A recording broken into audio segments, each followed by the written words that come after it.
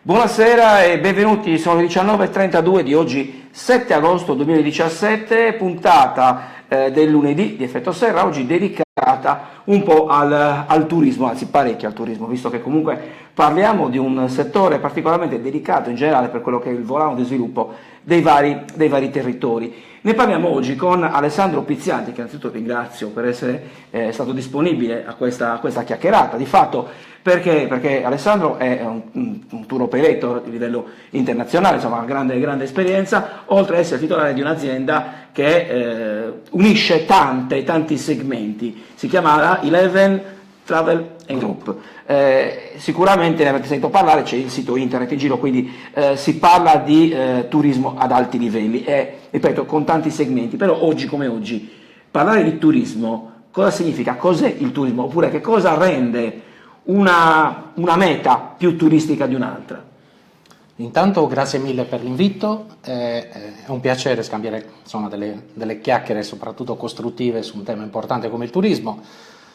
Le mete praticamente sono importanti in base a quello che è anche la moda, quello che un po' il mondo ti permette di poter usufruire. È normale che adesso con le varie disgrazie, chiamiamole in generale disgrazie, in tutto il mondo si è limitato tantissimo in alcune zone del territorio, soprattutto per quanto riguarda il discorso mare, e qui logicamente entriamo in Sardegna, che è una delle destinazioni che noi cerchiamo di fare, oltre che con grande professionalità, con grande cuore.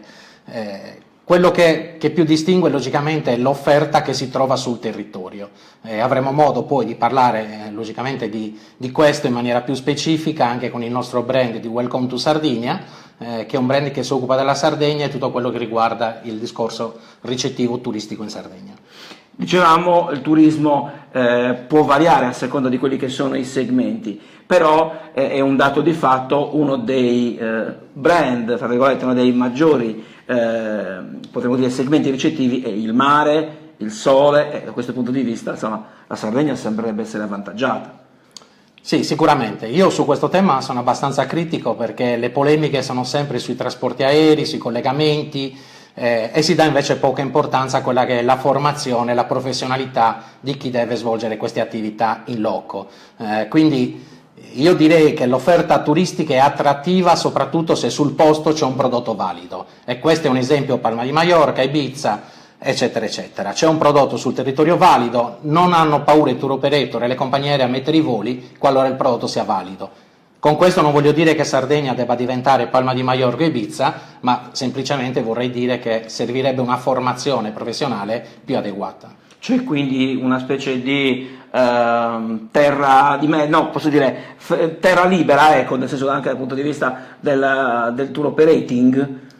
Sì, e il problema è che in Sardegna i tour operator che gestiscono Sardegna sono 2 o 3, sono quelli a livello mondiale, quindi è chiaro che i vari tour operator, dalla TUI, Thomas Cook, eccetera, hanno interesse a fare i numeri e a fare soprattutto guadagni utili. È diverso se invece questo viene messo in mano a degli operatori locali, che sono operatori locali che oltre che vendere un prodotto Sardegna vendono anche un sentimento, un qualcosa che li attacca di più a quello che è l'arrivo del turista.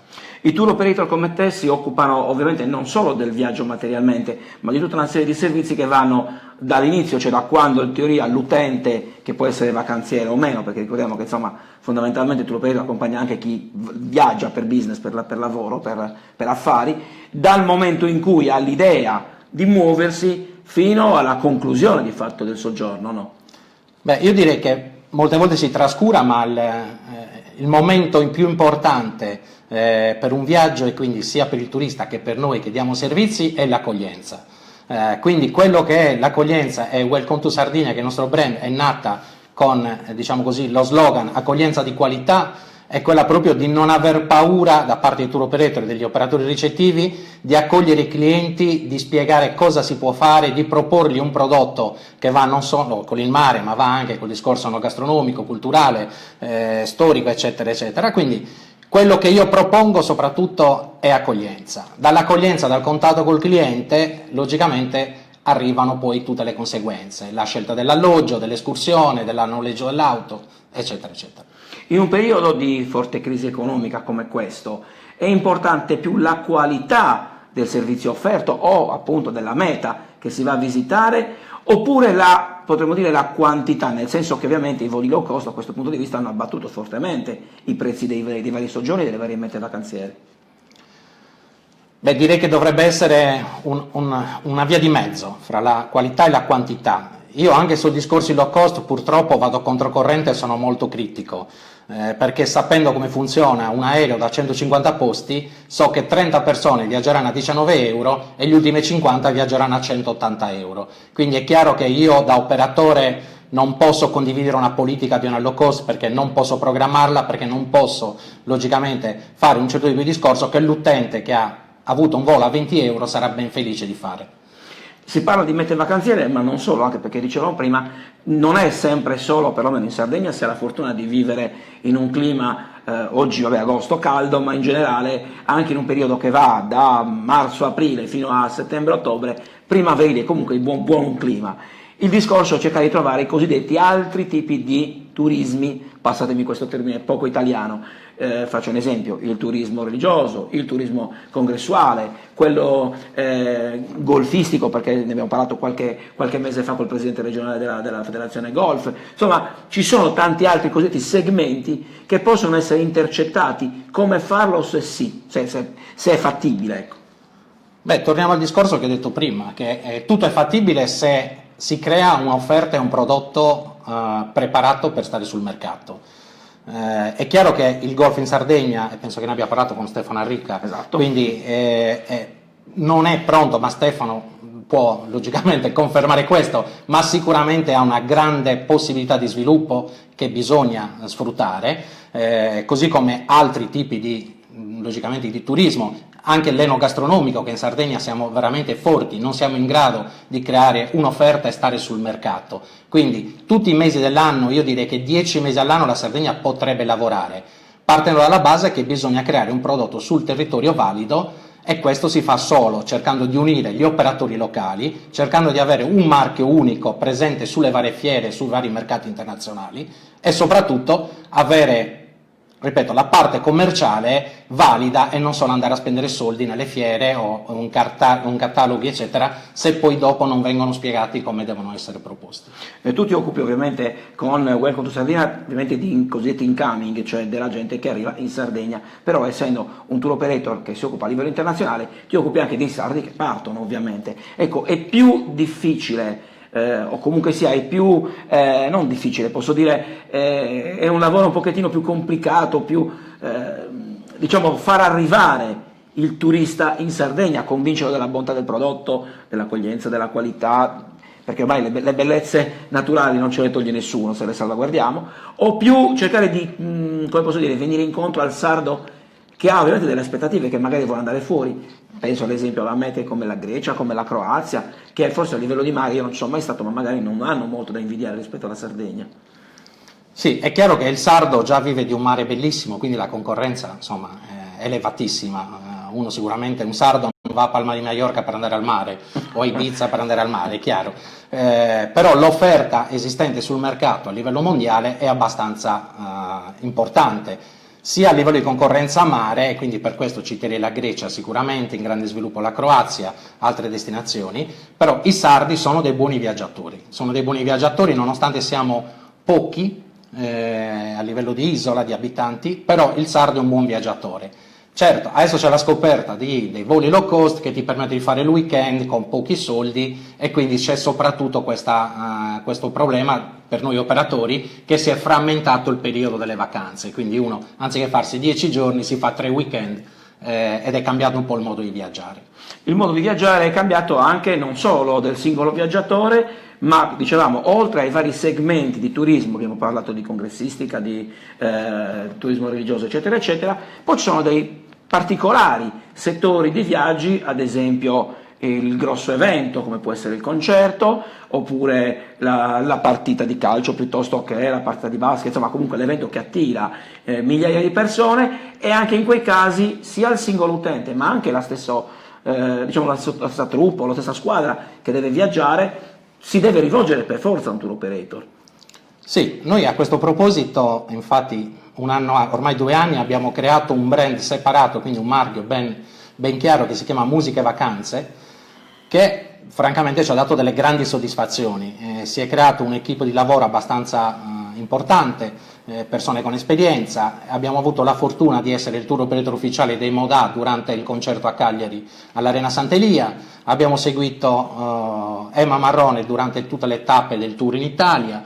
Abbiamo seguito Conti, Pieraccioni, insomma, diciamo che ci ha dato delle soddisfazioni, perché dare tutto quello che è hospitality a questo tipo non solo di cliente ma proprio di evento, quindi musicale, ci porta insomma una mole di lavoro fuori la stagione classica dell'estate. Anche perché diciamocelo francamente, poi adesso abbiamo parlato dei Modà, magari non è il caso dei Modà, ma dico in generale l'artista si dice sempre che è un po' istrionico, magari il capriccio, magari ha bisogno di una certa location piuttosto che un'altra, magari cambia idea all'ultimo momento, cioè bisogna starci dietro poi alla fine. Sì, è un bel lavoro. Bello nel senso che è duro. Cioè, è un bel lavoro nel senso che sì, devi stare pronta a tutte le emergenze. È capitato spesso che la manager dell'artista dopo il concerto non vada in albergo, vuole andare da un'altra parte, quindi devi stare dietro, sono delle necessità diverse dal viaggiatore classico. Così come il discorso che abbiamo appena iniziato con il nuovo marchio di Sport and Travel, che si dedica invece al mondo sportivo. Quindi noi seguiremo squadre di calcio che hanno bisogno dell'alloggio, dei trasferimenti, determinati menù nei ristoranti, e questo è un qualcosa che stiamo iniziando e già ci sta dando delle buone soddisfazioni. Però, e faccio io un po' l'avvocato del diavolo, organizzare ad esempio una trasferta da o per la Sardegna risulta o risulterebbe, perlomeno io sono un profano, un pochettino più complicato, specie dove in un periodo in cui si parla tanto di continuità territoriale e ce n'è poca. Le squadre, la maggior parte delle quali che vengono per andare in Sardegna o che partono, giocano nei weekend, quindi fondamentalmente sabato e domenica, laddove o trasfertisti o studenti o parenti di gente che vive in Sardegna si sposta. Cioè conciliare tutto quanto in un aereo, per esempio, no? Per spostarli, non è un lavoro semplice. No, però se tutto fosse semplice non esisterebbero gli intermediari, quindi non esisterebbe il tour operator, non esisterebbe l'agenzia di viaggio, eccetera. Logicamente il nostro lavoro è complicato, però ci sono dei casi dove, a seconda del numero delle persone che formano quella che è la squadra, i dirigenti, gli sponsor, eccetera, si può anche parlare di un charter da 50 posti, da 60 posti, quindi cercare di fare dei voli ad hoc personalizzati. Le soluzioni ci sono, logicamente, ripeto, un professionista serve per dare le soluzioni, quindi certo, questo è il caso. Certo, detto ovviamente, detto prima la differenza fra chi è professionista e chi in teoria risulta essere novizio, mettiamolo così, c'è anche il discorso legato alla, potremmo dire, ai servizi che si offrono innanzitutto, e poi ovviamente alla soddisfazione del cliente, perché poi la pubblicità migliore è il passaparola. Beh, soprattutto per noi che operiamo da tour operator, quindi noi operiamo soprattutto attraverso aziende, agenzie di viaggio, tour operator, società, quindi per noi è chiaro che la maggior referenza è quella del essere consigliati da chi già ha usufruito di un nostro servizio, quindi questa è logicamente la pubblicità più concreta e più redditizia per tutti. Fare rete, abbiamo detto che è anche un nervo scoperto, soprattutto in Sardegna, dove si dice pocos locos in mal unidos, però è anche vero che forse la politica potrebbe fare qualcosa in più. Non ti voglio far entrare magari in percorsi tortuosi, però il rapporto con la politica o il rapporto con le istituzioni, ecco, forse è meglio parlare di questo, è sempre un po' in salita, o hanno capito forse anche l'importanza del settore turistico come volano di sviluppo, in questo caso in Sardegna? Ma io devo dire una cosa importantissima, che intanto abbiamo un assessore al turismo regionale che è un operatore che conosce i problemi degli operatori, quindi questo già è un passo avanti, una persona che comunque sul campo conosce le difficoltà. I politici devono fare i politici, nel senso che devono mettere in condizioni gli operatori, in questo caso imprenditori, gli operatori turistici, per quanto riguarda il reparto turistico, in condizioni di dare il meglio in questa attività. È chiaro che ci sono interessi che molte volte si scontrano, è chiaro che ci sono delle difficoltà anche nel capire un determinato progetto, questo è normale. Io francamente ho sempre cercato di fare l'imprenditore e non mi sono mai appoggiato a finanziamenti o altre cose, perché comunque sia ritengo che se si fa una buona promozione, la Regione Sardegna è presente in modo intelligente alle fiere, attraverso i circoli degli immigrati sardi, se si fa una promozione vera, io sono convinto che l'imprenditore possa vendere la Sardegna. Se logicamente si fa semplicemente una presenza alla fiera turistica per dare 4 dépliant senza essere concreti, sono dei soldi buttati. Quindi la politica deve fare questo lavoro di promozione in maniera, diciamo così, più forte. Quindi, diciamo, a modo di consiglio, faccio un esempio, non lo dici tu, lo dico io, quando la Sardegna partecipa alla BIT, che di fatto è la Borsa Internazionale del Turismo a Milano, sarebbe bello non solo lo stand, magari appunto con il dépliant, però magari uno strumento importante che potrebbe essere appunto un marchio unico con tutti i tour operator, per esempio, potrebbe essere questa forse il cambio di passo poi alla fine. Questo è quello che si è sempre cercato di fare, da amministrazione in amministrazione si è sempre cercato di fare qualcosa, dall'Exit a Sardegna Promozione, quindi si è sempre cambiato il nome, ma la logica era questa, creare comunque sia la forza di un gruppo e un marchio che possa essere riconosciuto nel mondo. Non basta creare un nome, ma servono comunque delle azioni forti per poter far conoscere questo marchio.